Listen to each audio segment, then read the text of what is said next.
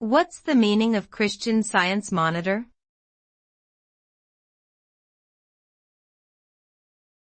Christian Science Monitor.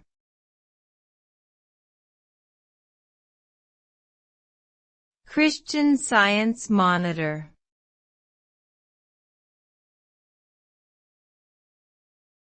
Christian Science Monitor.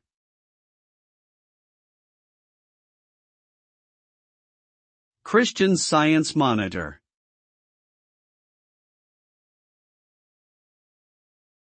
The Christian Science Monitor is a non-profit news organization that was founded in 1908 by Mary Baker Eddy, the founder of the Church of Christ, scientist.